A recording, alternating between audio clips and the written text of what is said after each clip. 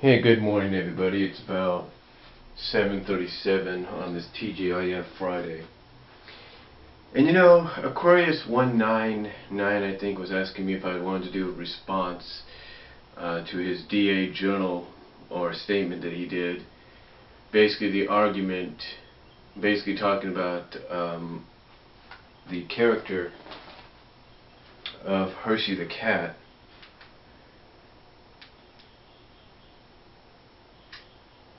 See if we can pull this back up.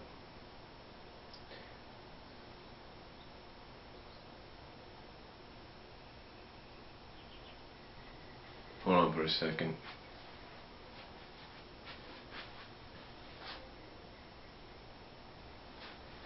My my iPod has seen better days. It's I need to probably get the screen light fixed. You know, the one that lets you see the thing even in the dark.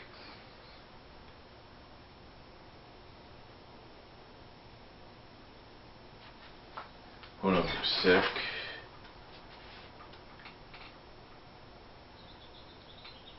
Ah, here it is. It's called Argument of Hershey's Indefinite Disappearance. You know, I talked about this once, I'm pretty sure of it, in an audio video. And I'm going to talk about it again. You know, the thing is with Hershey, I said this in the written thing that you can find at the DA and other Sonic sites as well, where I talk about time to discuss certain other things in the Sonic comic. Well, I basically said there that from what I understood from reading what I read, Hershey the cat was based on Ken Pender's real cat named Hershey, and that he did stories focused around that cat even before incorporating her into the comic. Now one could probably understand from a legal standpoint why someone like Ken Penders would want to keep his hands, if you will, on said character, because said character is a very personal thing for him because it's based on one of his pets.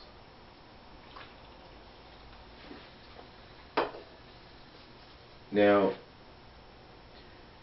I understand when some people say that it doesn't matter if a character is based off a pet of yours, that as soon as you sign that contract, no matter what, that character becomes officially part of the company you're working for.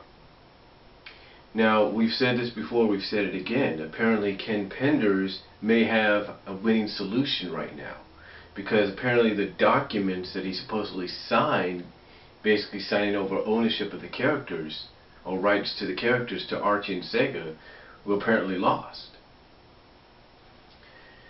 But, you know, but again, that's a video you can view here on my YouTube channel if you want.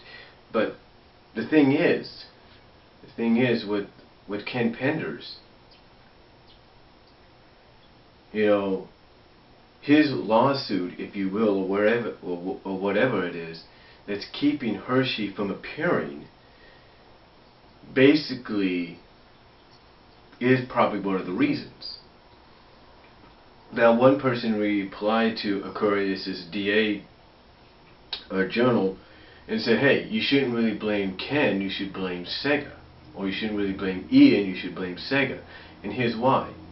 They mentioned the first person that responded to this journal said, because of the mandates that Sega has, basically having that make sure that their characters of Sonic, Amy, and Tails are mainly featured in this story, is what's causing characters like Hershey to be shelved. Well, that might be the case, but what Aquarius also points out in this journal is, if that was the case, why didn't Ian Flynn overlook some of the artisticness that was taking place in Universe and in the main comic? In Universe, in the first issue of the Egg Scrambled 4-part story, or 4-part series, in that we saw a panel with Drago and a Legionnaire, a cat Legionnaire, if you will. Now, when Drago was transported to Eggman's base, to the death egg, if you will, you see this cat go, and no doubt it was a female cat, but the thing is there was no follow-up afterwards. And pretty much by looking at the character and the way the character reacted, that Legionnaire, it would only make one fan and subscriber and reader pretty much suspect that that character is Hershey herself. Except, we'll never know.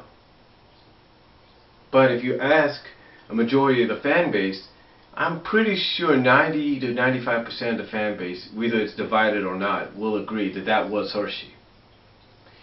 But anyway, Aquarius points out that if Ian had known he couldn't use the character, like even I pointed out, like if Ian had known he couldn't use the character, then according to Aquarius, he should have double checked the artwork. And if he would have saw something, if he would have saw that panel, he should have said something to Stephen or Tracy or whoever drew it, saying, "Hey, look, you need to redraw that character. You need to make it somebody else, because we can't use said character. We can't use that character just yet."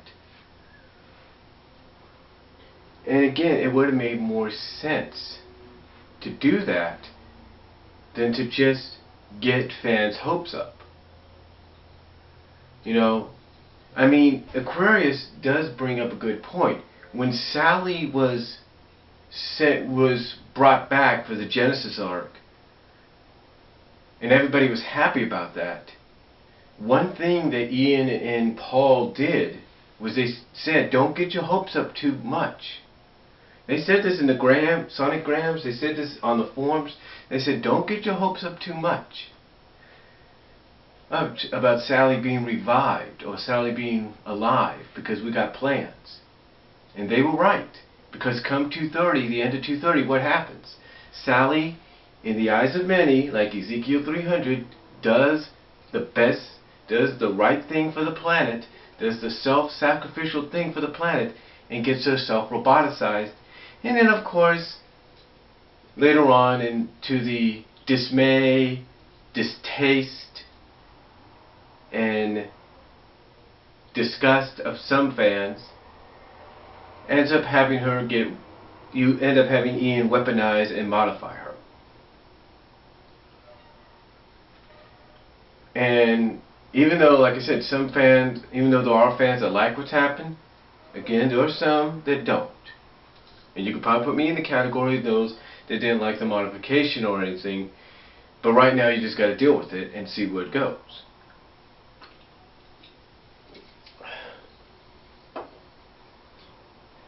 Now, they did the right, now what I'm trying to get at, and what Aquarius is trying to get at, and I'll put the link down to the journal here in the description box, was they basically said you shouldn't get your hopes up. You shouldn't have gotten your hopes up so much about Sally being okay, because look what's happened. Now what Aquarius is trying to point out here is that they should have done the same thing with Hershey. Like, hey, don't get your hopes up about her returning, because right now we don't know if that'll be the case or not. And it only takes, and get this, within the short time period, from what I've seen and understood, of the comic of issue 237 being released, from that short time period, from the time the previews came out and then its release, Ian Flynn stated that the mysterious figure that was talked about in the description was not who it was going to be, even though we pretty much assume, since that's where Hershey was last reported being, you know, that was going to be her. Unfortunately, due to circumstances beyond his control, from what he has said in the Sega Bits interview, instead the mysterious figure turns out to be mysterious figures, with Lita and Lyco. So, to me, you know, if you, again, as I said in the statement I wrote, or Dragon Naturally Spoke, if you're going to do that, you should have at least gave people fair warning.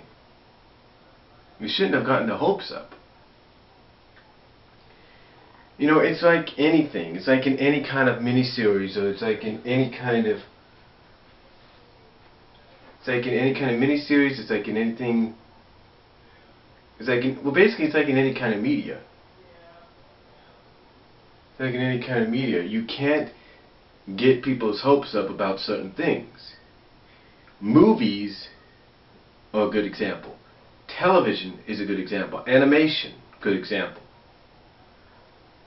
You know, when Cars 2 came out, everybody's pretty much given their thoughts on that. But when it came out, people had high expectations. And now they had high expectations of that being a big thing. But what happens? Those expectations go down the crapper because it wasn't that good. It all depends on how you look at it. But to a majority, from what I understand, they didn't like it. And then when Brave came out, not much was told to us in the trailer or anything. And when I went and saw it, I thought it was good. And some other people thought it was good, and there was some that had mixed reactions because it was good, but it also had a similar story that had been used before. And that the expectations of this being the next big thing were not lowered, but mediocre. You know, it's like a lot of people say, you know, if something it goes below your expectations, lowers your expectations of what you thought was going to be a high thing for what you were hearing about, and ends up being lower on the expectation level, then your expectations for whatever they bring out next is going to be just as low. Now, the point I'm getting at is because fans had high expectations of Hershey coming back, of Ian bringing her back in some kind of a big way during this story arc. And then getting word that, oh, by the way, I can't use Hershey due to circumstances beyond my control. You basically lowered their expectations. You basically shot any expectations that you want, any high expectations that you want to give fans for the rest of the story that either supported you and still do, and kind of like in the middle and willing to give you a chance and still do, and even those that distrust you and don't like what you're doing, you basically shot yourself in the foot, but by lowering their expectations from something that they were expecting, from some kind of a high expectation that they were expecting. So now you're going to have even those that support in what you're doing, you know, and look forward to what you got planned, almost have the expectations lowered a little bit because you couldn't follow through on what you were going to do.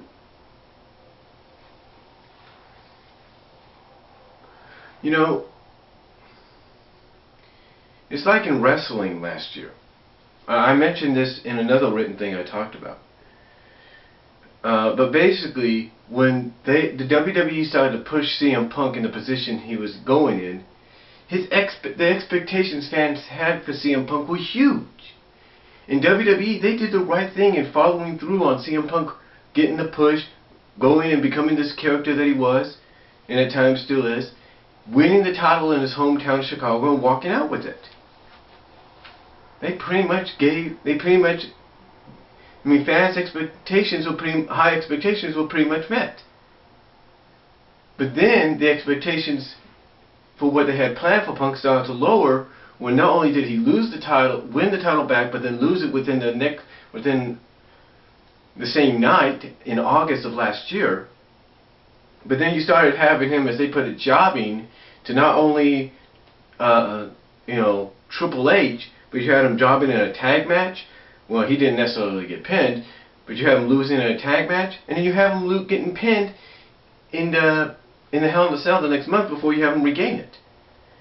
And even though people were happy that he got it back and was still trying to be that rebellious character, and at times you still see that, the expectations for something similar to happen in the near future are kind of mediocre, or not low, but kind of mediocre at best, because they're not sure if people at the WWE creative can do that same thing again, can push the envelope again.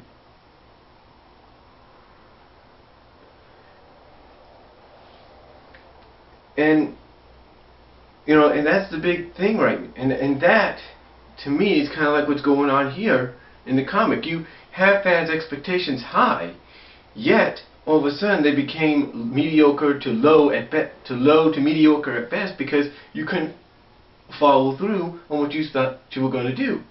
Ian Flynn comes out and says, "Hey, look, I have concrete plans for the character," and yet you can't follow through on that because the circumstances beyond your control. Now, I know a lot of people have the difference of opinion. Some people will say it was due to the mandates and Sega wanting the game characters to be more focused on. I get that. I understand that. I get it. I can understand. Maybe it's a lawsuit and everything, but if that was a lawsuit and all that is preventing certain things from happening, and if that's the case, guess what?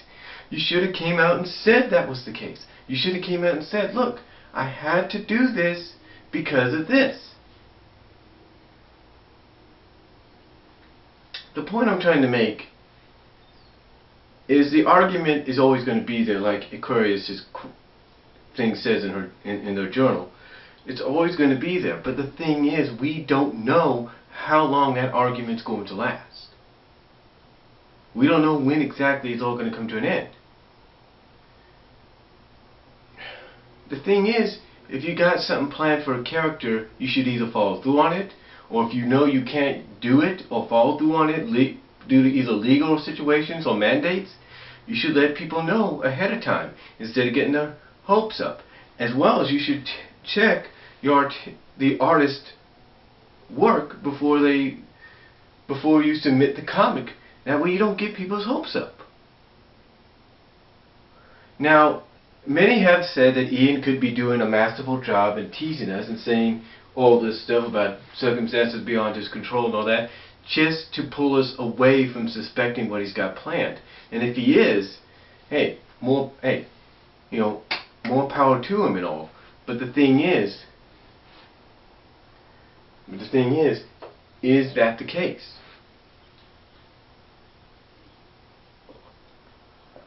Is that the case? No one really knows. I sure don't, and I'm sure anybody else watching this sure doesn't.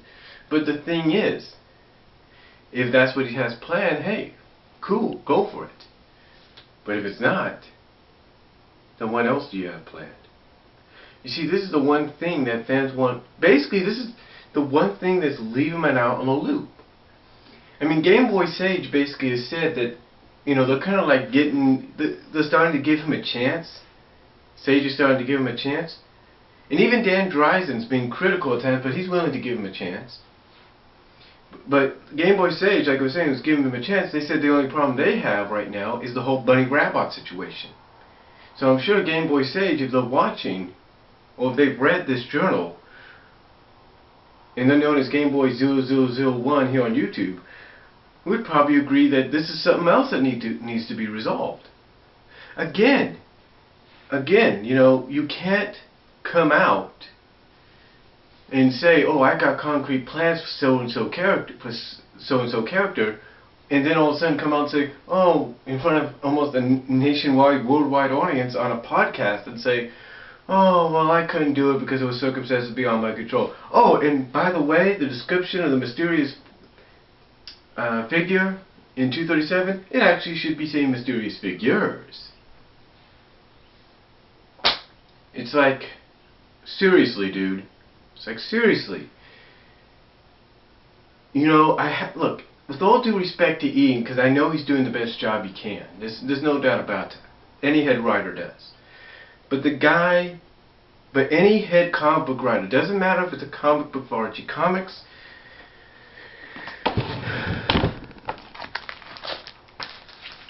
doesn't matter if it's somebody doing the X-Men comics,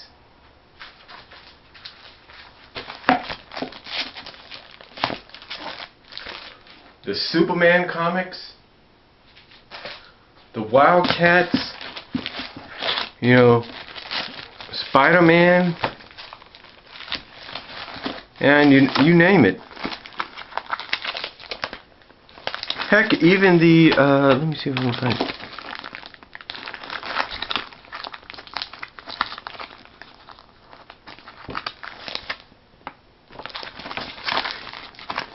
Heck, even these comics, if I can pull it out correctly. Even the Tailspin comics, when they came out and were published. Heck, even when Boom Studios did what they did with Rescue Rangers. Okay? When Boom Studios did this, they pretty much knew what they could and could not do. They pretty much knew that they had to focus on what they had to focus on. The point I'm trying to get at, folks, is they were able to do certain things because they made sure everything was right. They made sure everything was okay. You can't make false promises and not follow through on it.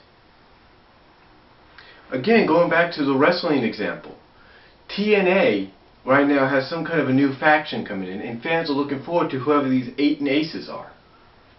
These 8 aces are, whoever they are. So the question is, why make a promise when you can't follow through on it? Why say, oh, I got concrete plans if you can't follow through on it? You can't do that. You got to check every nook and cranny. You got to make sure every base is covered. And that is why there's always going to be an argument, you know, about what happened to this character. And again, like I say, people will have their opinions. They can say it was mandates. Some will say it's lawsuits. You know, who knows? I mean, Aquarius 199 basically said in this journal that if Ian Flynn just decides to come out and say, oh, by the way, Hershey's dead anyway. I was going to say that she's dead anyway. We meant to say she was killed off. If he does that without any explanation or any reason why it happened, people will be pissed. Even when he comes out and says, according to what some sources have said, that he is against off-screen deaths, people would be pissed. Get what I'm saying? I mean, fans were up in an uproar what happened at the end of 225 because that was an off-screen death. So, again, this would piss people off if you don't give any logical explanation. But that's all I'm going to say. This video is running a little too long, but hopefully you guys will read Aquarius's 199 video. Give them your opinion on DA here on YouTube if you want to. Video response if you like, comment, and I'll talk to y'all later.